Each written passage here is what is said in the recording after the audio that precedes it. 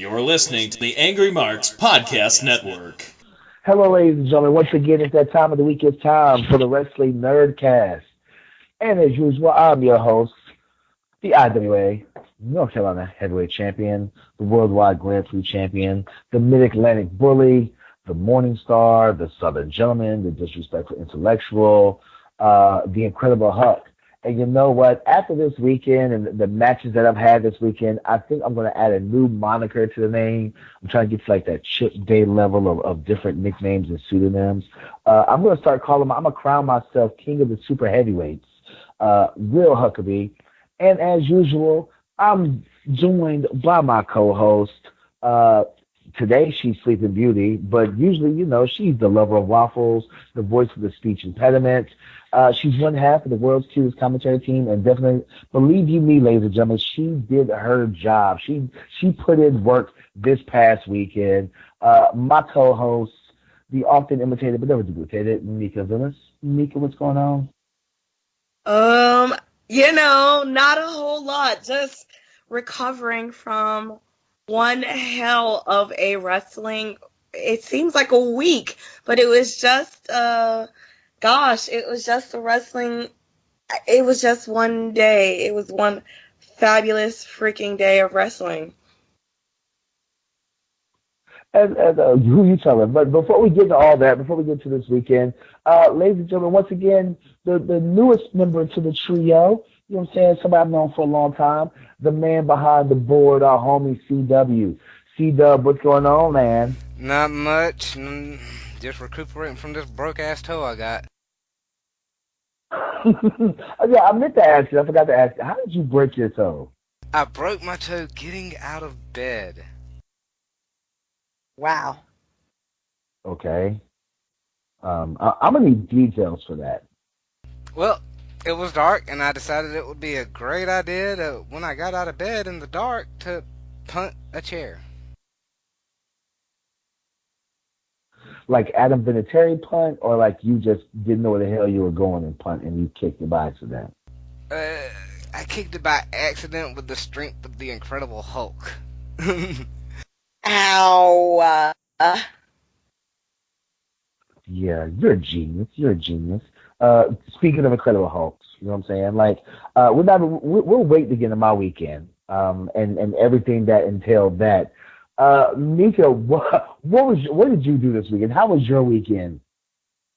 My weekend was it was pretty good. I did a little watching of wrestling, a little catching up on some stuff I had not taken a chance to watch. A little Raw from the past, a little SmackDown, a little 205 Live, you know. So, but my whole week was geared toward my Monday. My Monday was going to be fantastic, so I really didn't overtax myself with wrestling, but I watched a lot of wrestling until I was able to, what's the word, peak on Monday night. Let me ask you something real quick before we get to like my weekend and Monday, which was just mind blowing. Like when you're watching wrestling and stuff, you know, being that you're a commentator, you're one half of the world's cutest commentary team with Danny Danger. Do you ever find yourself, you know, like practicing calling matches, like you're watching Raw and just put it on mute and you start calling matches? I absolutely positively do not. I will watch and listen to whatever the product is. I go and I sit back and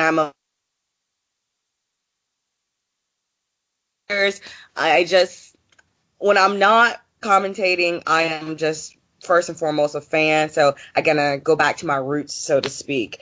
That's why I will go out to, for instance, this Thursday, my weekend started on Thursday. I was at the WWA4 training school again, and they put on a show every Thursday, so I watched those guys and those girls put on a show, as this is every week they kind of get together, they put together a show, they cut promos, they actually do commentary because they record or put their stuff up on YouTube, and I can hear them do their commentary, I can watch their action in the ring, so and I watch perspective, and it just, I don't know, it keeps me energized. It still gets me geeked up because it is still something I'm very passionate about. It's watching and loving wrestling and all of its components, from the behind the scenes work, from the camera work, from the promos, from the commentary. Everything comes together, and I just like and love that. So I don't find myself, muting it and trying to, make calls on my own or what have you. I just, no, I'm just a fan, big old crazy fan. Well, I'll tell you what, like, so my wrestling weekend actually started late. It didn't start till Saturday. Saturday, I was in Pelham, North Carolina for Pure Pro Wrestling. Always enjoy working in Pelham. Like, it's a small town, but it's one of those small southern towns that's had wrestling for years, if not decades. And, they know wrestling's this day of the month or this time of the month every month. And, the parents pack their kids up, and the grandparents and the old people all jump in the old folks' home bus, whatever, and they all come to wrestling show and stuff. This Saturday, I had a title match for the Pure Pro Southeastern Heavyweight Championship against Jeff Farmer, or Jeff Flowers. I'm sorry, Jeff Flowers, and actually, I ended up losing. And it was kind of funny. And I'm gonna go ahead and break the fourth wall, like. Mika, it was a great match, mainly for the simple fact that it was a very simple Southern Memphis style match with a lot of, character work, a lot of work in the crowd. I started the match off, before the bell even rung, I started the match off with a low blow. Just kicked him square in the cojones. And then started getting my heat from there. But the funny thing about the match was, even though I started, the match started off with me giving him a low blow, I got more heat for ripping his shirt off of him than I did from the low blow, which is, crazy. I almost thought that his mom, who was front row and stuff in the crowd, was going to run into the ring and attack me because she was so pissed off that I ripped his shirt off. Wow. But I'm telling you, it was crazy. Like, the fans were, like, seriously mad that I would be so, quote-unquote, disrespectful than to rip this man's gimmick T-shirt off. I guess, in Pelham, North Carolina, ripping a man's T-shirt off, ripping his gimmick T-shirt off of his body is the same as, ripping the luchador's mask off in Mexico. I'm not sure, but they were completely and totally pissed off. Sunday, I was in Huntington, West Virginia for Live Pro Wrestling. Action Packed Wrestling presents Live Pro Wrestling. Had a really cool match with this very green kid. His shoot name's Alex. I don't even know his gimmick name. Big, huge kid. Big, athletic, huge kid. Had another really good Southern Memphis style match. I tried some, and this is something I talked to a lot of young guys about. Like, when you work in these smaller shows, and you've been to some of these smaller shows, Mika, that's the time when you get to experiment with different things, different moves, different ways you want to come across with your gimmick and your character and stuff, different entrances, whatever the case may be. So, like, Sunday, I decided, be creative. It was my first time there. Debuting, my first time, being at Action Packed Wrestling. So I was like, hey, I'll try something different. So even though I technically knew I was supposed to be the heel in the match, I came out like a babyface. Was getting the crowd into it, was laughing and joking with the crowd. And then as the match progressed, I started, cheating and letting some of my attitude show till right till we got to, like, the go home. We're taking the match home. By then, they were fully invested in the match, and they were pissed off, and they were booing me, and they were super mad that I cheated to win. But I mean, the kid's like 6'3". I'm 5'10.5", 5'11", depending on what gas station I walk out of. So I had to use my veteran experience to get the win. So you didn't kick this kid in the balls? No, I didn't. I just pulled his tights. There we go. I knew it was something. Once again, use my veteran experience. Now let's get to what we really want to talk about, and that's Monday. Ladies and gentlemen, I'm telling you right now, right now as we're recording this show, it's Tuesday night, and social media has been on fire about the last AWE, Atlanta Wrestling Entertainment show, mainly for the simple fact that a picture has made its way on social media where Stevie J, hip hop producer Stevie J and legendary Atlanta hip hop rapper Lil Scrappy actually stepped foot in the ring. We can't talk about the match, unfortunately. We're not going to talk about the match. You're going to have to wait to hear about this match. Is that the best way I can describe it, Nika? That is absolutely legally the best way we can describe it. Legally. Yeah, legally, we can't talk about the match whatsoever. We can say that there were a lot of cameras in the building. There were a lot of non-wrestling people in the building. It was a big night, not only for Atlanta wrestling, it was a big, huge night for Atlanta Wrestling Entertainment. But there was a lot of great matches, a lot of great returns to the ring last night. Like, every match was amazing. What do you think? I posted on social media that from start to finish, that Monday night for me was the pinnacle of everything that I love about wrestling. That from start to finish, that show was hands down amazing. There is so much good that's in wrestling, and let's touch on a key point here. This was Monday night, this past Monday night in Atlanta in the Opera nightclub. We held a wrestling show at the exact same time that WWE was in Atlanta for a live Raw broadcast. The Opera nightclub Was packed. wrestling absolutely positively stacked and packed full of fans. Um, Somebody put it to me that, oh my gosh, why would you run against WWE? It wasn't running against WWE. It was giving an alternative to WWE for people who love wrestling. I am a WWE fan. I'm not going to act like I'm not, that I'm not, intimately familiar with that product, that I don't watch on a consistent basis. But I said before Monday's show for Atlanta Wrestling Entertainment that I have spent thousands upon thousands of dollars at WWE shows to be in the audience. I am a little vain when it comes to when I go to shows for WWE. I'll spend, upwards of $500 to be in the front row, camera side, because, paid for the better show being at AWE, and it was a free show. It was a free wrestling show, and it was the better show. I watched Raw this today, and I'm so glad that I wasn't there. I mean, no offense to what those guys and girls did, but they were at the bad show, so to speak. I mean, there's no bad wrestling, but sometimes there's bad shows. The people in the crowd there at Phillips Arena really, truly could have gotten more than their money's worth if they had showed up at the Opera nightclub for the AWE. The show was called Too Sweet. They should have been too sweetened with us all night, and they would have had more fun. I would tell you what, I mean, we can go over some of the matches. I mean, the show started with Evolve Star Anthony Henry.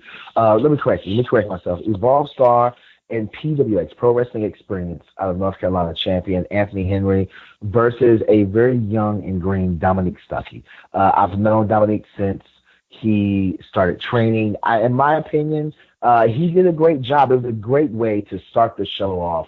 It was I guess it was very similar to a New Japan Young Lions match where you knew Dominic wasn't going to win, but you still wanted to root for him anyway. He put up a good fight against Anthony Henry, who obviously has more experience, who was obviously, and he showed that he was in a very bullying mood, for lack of a better word. Yeah, let's say why. Anthony Henry and James Drake are a tag team, the Workhorsemen. They have performed at our last show, at the AWE's last show, and they were suspended. They were suspended for attacking a referee. They did not just, push a referee. Anthony Henry and James Drake beat down one of our referees. Ryan, Butterbean Harmon, was attacked. He received a double stomp courtesy of Anthony Henry.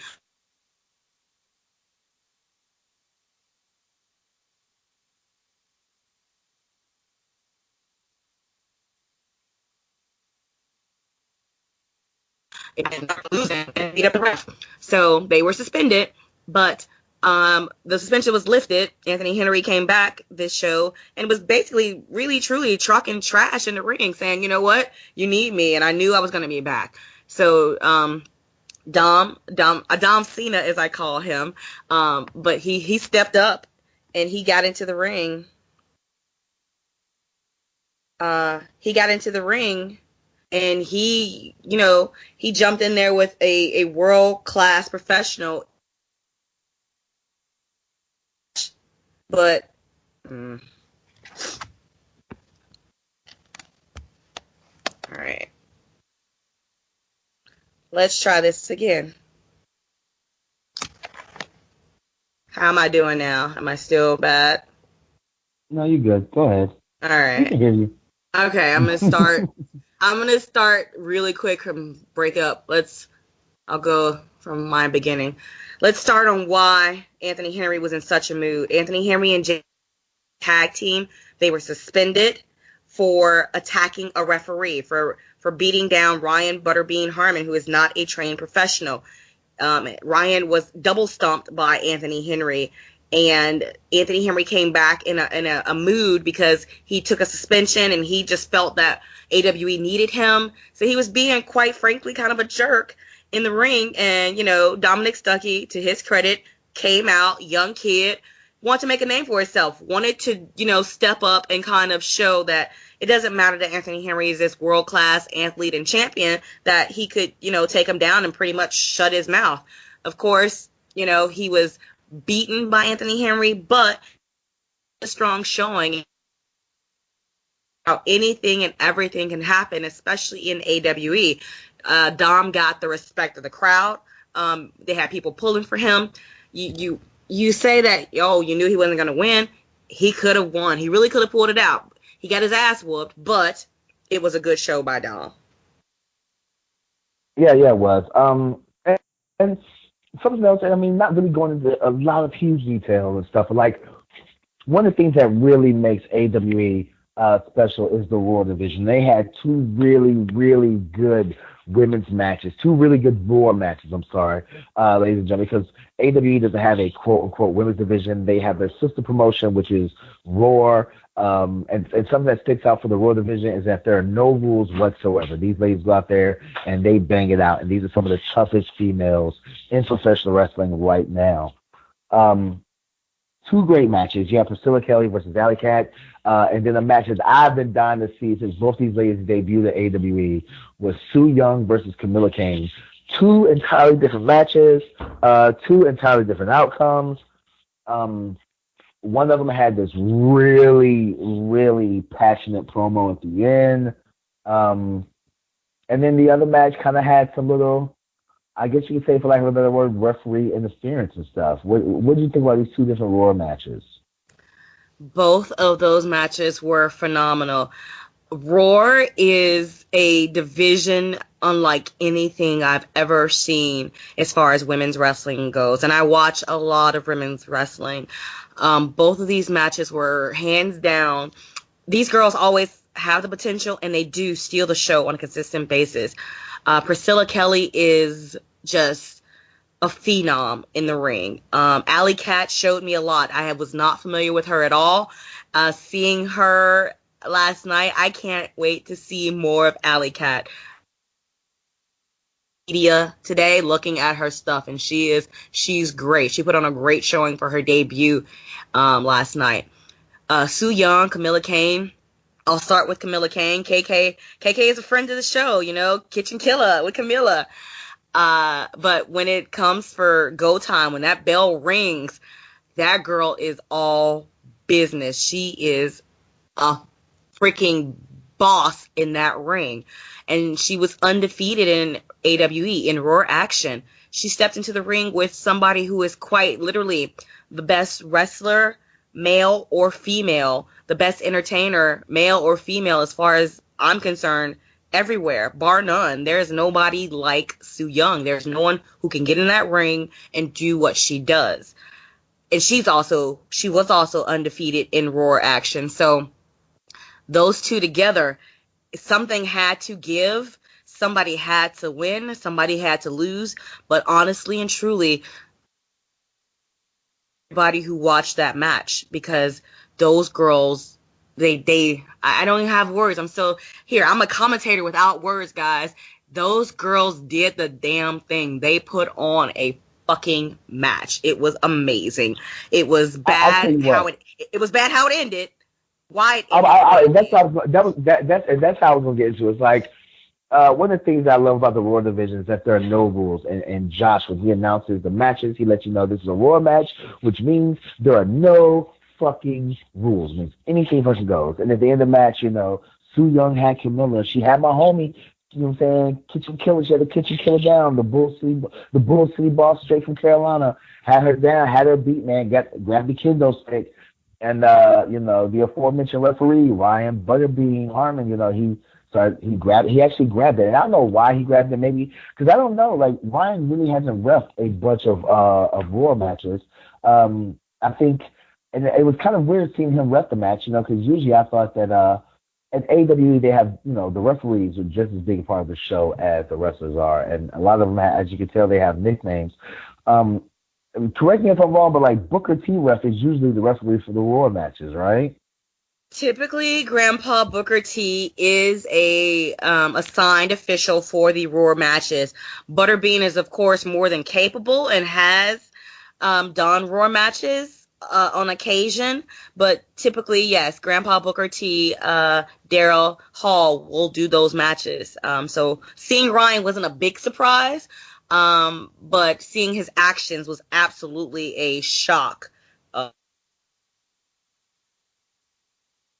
I don't And know. watching. Like I said, I mean, yeah, like I said, man, like maybe he just didn't remember that there was no rules in a War match.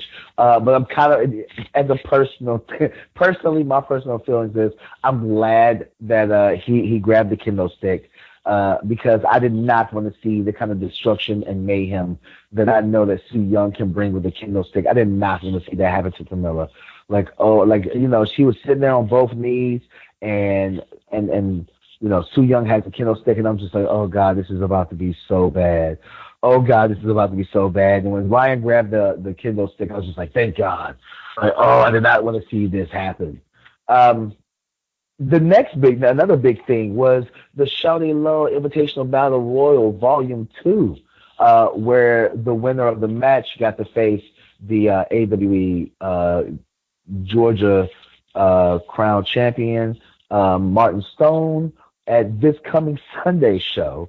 And for the last 6 or 7 battle royals that AWE has had, the Battle Royal King, Chris Main, has just been on a tear. Ladies and gentlemen, and this is and actually not even for fans right now. This is for any promoter or any booker who is listening to the show right now. There's no such thing as a filler match, and AWE should be proof to you that any and every match means something. Because at most wrestling companies, and I've been on a lot of them, there's a bunch of extra guys in the card. A bunch of extra guys show up. You don't know what to do with them, so you're like, oh, we'll just have a battle royal. AWE has taken the actual battle royal stipulation and made it mean something. Am I correct? Am I right, Mika? You are absolutely positively correct. Battle Royals and AWE are a central point, a focal point, because every person, and especially this Shorty Lord Battle Royal Invitational, anybody who steps into that Battle Royal has a potential to move up quickly, I guess, upper echelon of the wrestling ranks in AWE. You're not looked at as, just being a battle war person or as just being filler. These potentially are the next superstars, or some of the superstars of our promotion in these battle royals, doing battle for, not just supremacy, but to literally get that one step closer to being the top dog in AWE. And it's women as well to make that move, to take that step to get to the top of AWE. I'm gonna say something that may be a little bit vain, and it's not vanity on my part, but AWE makes stars. It truly does. Josh Wheeler said that pretty much in so many words last night. When you come to wrestle at AWE, it is almost pretty much guaranteed you're going to go out into the wrestling world, and the the company is going to love your shit no matter what, whether you were with them before, they're going to want you back again, and you're just going to be this huge star once you step through our doors into our ring. So Shorty Low was, and all of our battle royals are very, very important when you get into AWE. So if you have the opportunity, don't blow it off when you come to see us, because we make stars. Wow, that sounded really cocky. And it did sound very cocky. But it's true. And here's but I'm just saying this because, like, a lot of wrestling companies are just like, oh, we're having a battle royal, and then they throw like a bunch of green guys, a bunch of vets, whatever, to kind of organize it and make sure nobody stays in there too long, whatever. But like in the AWE, like a lot of the top guys, a lot of I guess you could say a lot of indie darlings are there for the battle royals. I've been in several battle royals. Joseph Agal, who you've seen on NXT, the Jim Nasty Boys, Timmy the Red and White Mike. Chip Day was in this battle royal. I've seen KLD from St. Louis has been in the battle royals. Gary J, Sugar Dunkerton, one Power Factory trainer, QT and former ROH star QT Marshall has been in the battle royals at AWE. So this is not just like, oh, we got a bunch of like green kids with a couple of vets and guys who know what they're doing to kind of keep it organized, and we'll just throw this together and whoever wins. It's like, no, like these battle royals mean something now. Chris Main has won so many battle royals to where the fans gave him the nickname the Battle Royal King. And even though he lost last night, he lost to Chip Day, came down to, and it's so weird because Chris Main came in number 1, Chip Day came in number 2, and these were the last 2 guys. So they kind of pulled, a Shawn Michaels for lack of a better word. Even though Chris Main lost to Chip Day when it came down to the last 2 guys, it became a singles match. The fans spoke out and was like, hey, look, technically he still hasn't lost a battle royal. He's never been thrown over the top rope. He deserves another chance. So that's the type of things that happens at AWE. 2 big things that happened at the Shorty Low Invitational Battle Royal was we saw the return of the Pain Train Iceberg, when I guess you could say the muscle behind AWE's faction, the Hierarchy, and a Georgia wrestling, not just Georgia, but a independent wrestling legend. And then we saw the return to AWE of Ken Lee, who was the former tag team partner of Chris Crunk. They made up the tag team. The Spring Street Suicide Squad. Now he goes by the name, and help me pronounce this right, Mika. Kenji Bray. Kenji Bria. Bria. Whatever. Bria. Kenji Bria. Yeah, like the cheese. Yeah. Okay, fine, like the cheese. Maybe I'm saying it wrong now. Holy crap! Don't get me kicked in the head. Let's call him Brea, Kenji Brea. I like that better. There you go, Kenji Brea. So I returned to him. The fans went crazy to see, the formerly named Ken Lee, and then they went even crazier and got even louder for the return of Iceberg, who has been now due to medical issues and stuff. Great to see those 2 guys back in the AWA, and 2 of my favorite guys to even talk to and stuff. Let's see what else. So we had, once again, like I said when we first started this podcast, there was a match we can't talk about. But we can say that, yes, ladies and gentlemen, there was a wrestling match that involved, hip-hop producer Stevie J and Atlanta rapper from the A, Lil Scrappy. We can't talk about it for legal reasons.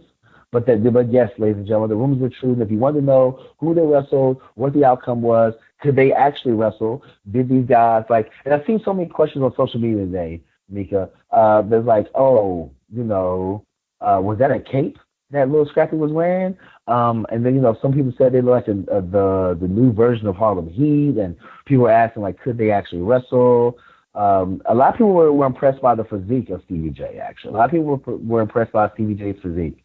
And I would say that I was impressed that it looked like both of these guys, seeing these guys backstage was like, man, these guys work out, Obviously they work out. They're just not on some Rick Ross shit. They're just I'm a rapper and I'm a producer and I'm just going to eat and get fat and live off my money. Like, these guys still go to the gym and still work out, man, which is pretty cool. I didn't know who they were beforehand or what they looked like. So, Boo! Sorry.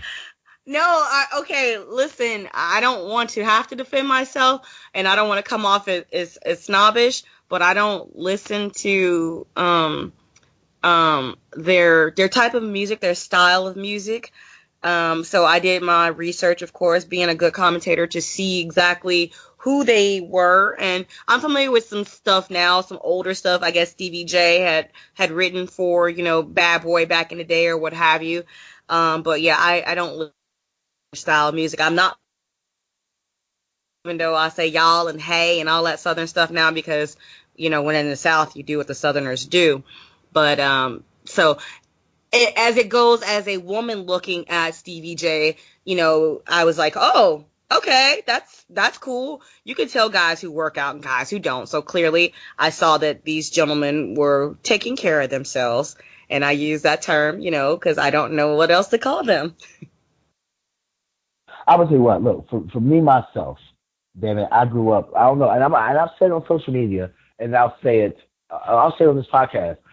Back in my younger, wilder days, I don't know how many times I would get into a fight in the club as soon as Little Scrappy came on, especially the song No Problems. Like, that, to this day, that song still gets me hyped. You know what I'm saying? Like, I still, as soon as the song No Problem comes on, I start looking for Owen Knight so I can punch him in the face or whatever, because he has such a punchable face. Oh my gosh. Poor Owen. Trying to keep the music off in the club so he doesn't get punched in the face. They started playing like before the show started taking place. They started playing. I want to say they started playing like Knuck If You Buck or something like that, and they started playing like some Crime Mob, and that was on the other side of the venue. Because ladies and gentlemen, if you've never been to the Club Opera, you need to go. First of all, and I will tell you right now, it's the Hammerstein Ballroom of the South. Period. Point blank. But I'm on the second level. And he's directly across the building from me on the other side of the second level. And the song starts playing, the real song, Knuck If You Buck, not that crazy stuff that you kids listen to now. The actual original song, Knuck If You Buck by Crime Mob. The song starts playing, maybe 15 seconds of the song starts playing, and I start bouncing, and I see Owen look down at the sound guy who's testing the music, and he's like, "No, cut that shit off." And he looks across the building at me, and he's like, "No, Hunk, no, not today, buddy, not happening." But yeah, ladies and gentlemen, if you want to know what happened, you should have been there. You will not see videos, you will not see pictures. You're gonna have to wait to find out what happened when Stevie J and Lil Scrappy invaded AWE with their huge entourage. They had 40, 50 fucking people with them, easily. What do you think, Mika? How many did you count? I stopped counting. I really did. There were a lot of people there in general, but I could tell I guess I would call them Hollywood types that were in the building. So in my little perch and above everything, pass by only when necessary. A lot of them were nice. Some of them were extra nice. I had some girl kept grabbing me, and I'm like, "Hi, how are you? You don't know me. Please get your hand off my backside."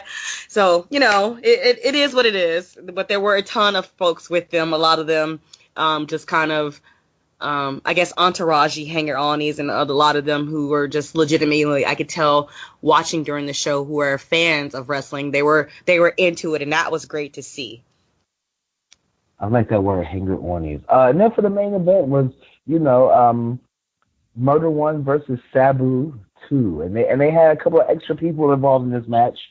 Fellow hierarchy member of Murder 1's clique, Adrian Armour was there. And then an appearance by Darby Allin, who I happened to tell backstage, I'm a huge fan of Darby Allin. But I told him, I was like, "Man, you're crazy. I don't know if you just, wake up in the morning and it's like, hey, how am I almost going to die today?" I don't know if that's your thought process. As soon as you wake up, you just think of, different ways to almost kill yourself, but not quite kill yourself, or what? I was like, but you need to stop that because you're giving me a heart attack. You're going to give me a stroke. But that was a great match. Sabu, of course, he brought along Melissa Coates. versus Murder One. Great match. Sabu ended up getting the win. Didn't even know Murder One won the first time. So I guess eventually they're gonna have a rubber match. I am hoping, praying, sacrificing goats or whatever I need to do. I would love to see Murder 1 versus Sabu 3 because every time these two get hands on each other, it is amazing.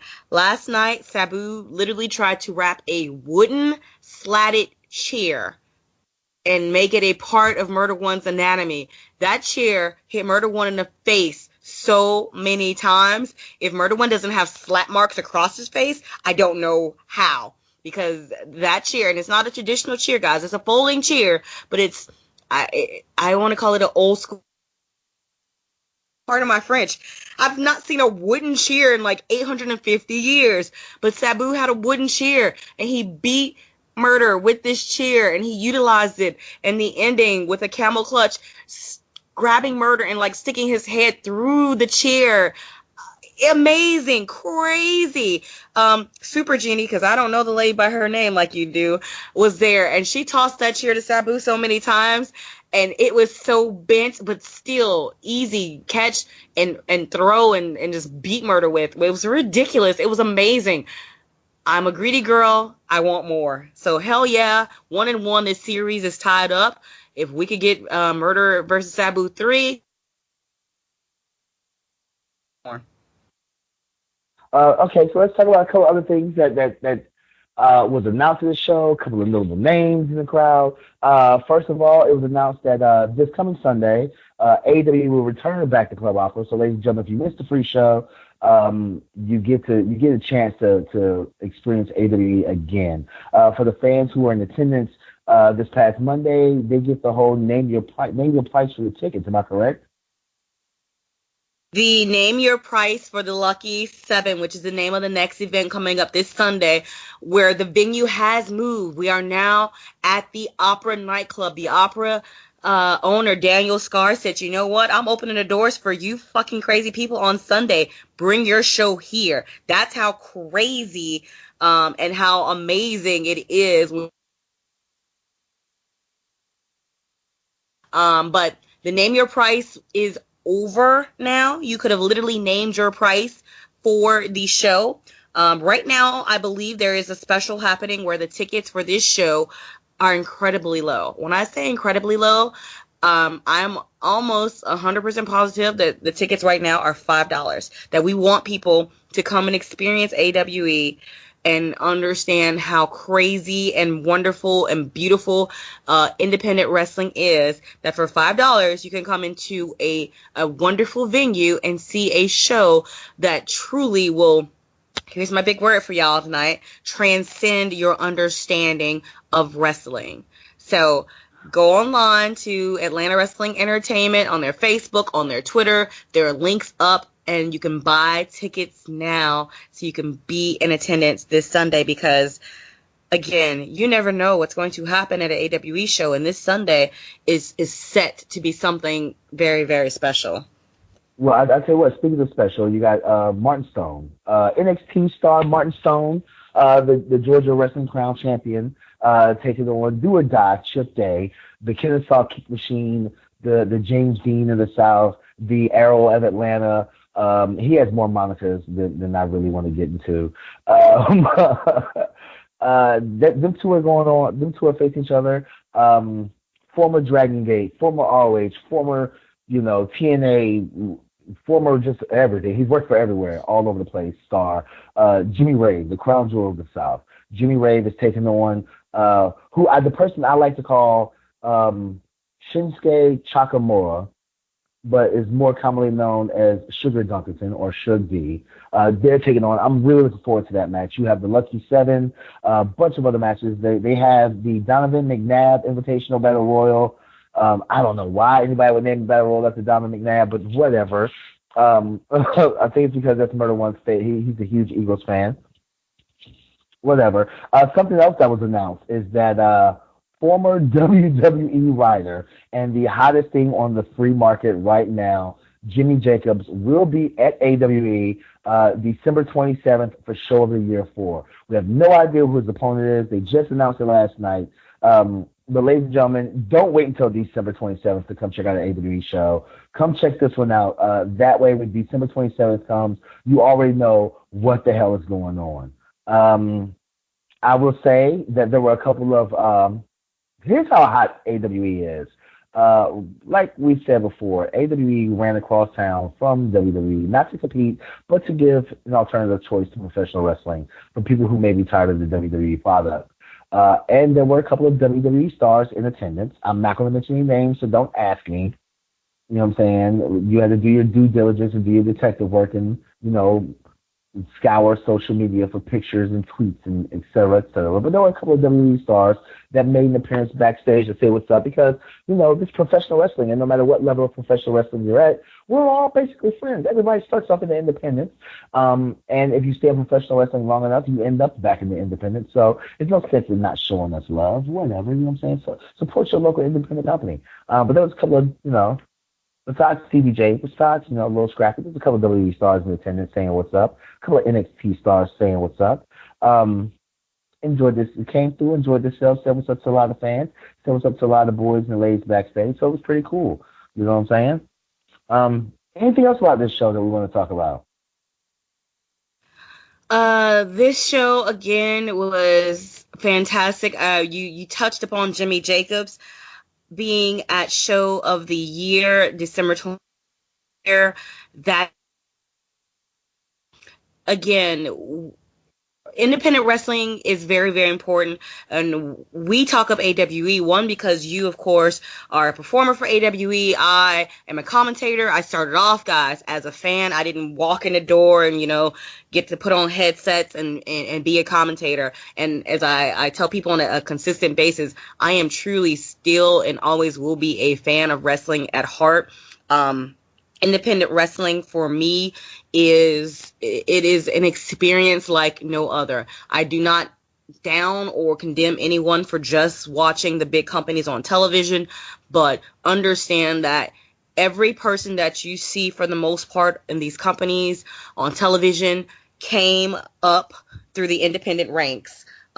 These guys and girls were someplace on the indie scene working centers, working in places that, the bigger companies would, not be able to work in. These people learned their craft. They were able to get their dream of being in the bigger company first by being on the independent scene. So if you go to, if you stalk me on social media, I did a Facebook post, a Facebook Live about the importance of that it is our duty as fans to go out and to support these shows no matter where they are. If you're not in Atlanta or the surrounding areas where you can drive into Atlanta, I guarantee you someplace out of your door within distance from you, there is wrestling happening each and every weekend that you should get up, grab the family, grab the wife, the kids, your cousins, your friends, your boys, your girls, whatever, and go watch a wrestling show. It is absolutely positively worth it. Those people that you don't know who they are, one day will be gracing your television screens and you will be paying an insane. Right now, go out, support these wrestling companies, these girls, these guys, buy their merchandise because they are the stars of tomorrow and the future, and you will kick yourself in the ass if you don't go out now and support them because they're out there putting themselves and their bodies on the line for the sheer joy and entertaining purposes. And all we can do is sit there and appreciate it by being in the crowd, giving them that, again, telling people and bringing them with you to the show. So get up, go out and watch wrestling, not just the big ones, but especially the independent wrestling in your area. It's very important. Right now, we are in a wrestling boom, so to speak, because the independent scene is on fire. Please help continue to let that fire grow and burn bright so that the guys and girls out here on the scene, they're just going to keep getting bigger and better. see more stars in your backyard if you get up and go out to support this scene. Well, I'll tell you what, Mika, because you talked about you posted it on social media. This is the time of the show. Obviously, we're about to wrap up and stuff. Go ahead and let all our listeners and fans know where to find you when you make these oh so important rants about how important it is to support, independent wrestling, and where you're going to be at this coming week. You can find me on social media everywhere at Mika Villas, MIKA, like victory, ILLAS. That's your Facebook, your Twitter, your Instagram, your Snapchat.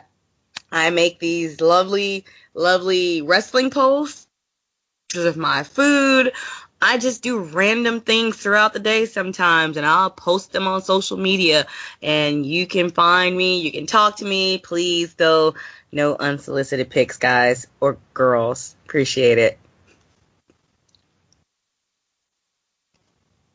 All right, so where are you going to be at this weekend? Oh, my gosh. This weekend, this weekend, boys and girls, is a wrestling road trip weekend. Going to WWE. Friday, I'm going to try to get out, but I may not. But the Landmark Arena here in Georgia has NCW on deck Friday. But Saturday is huge. Saturday the 18th, I will be in Chattanooga, Tennessee for the Scenic City Trios Tournament. The Trios Tournament has a host of talented guys on this show, and they will be competing in the first ever Scenic City Trios Battle Invitational.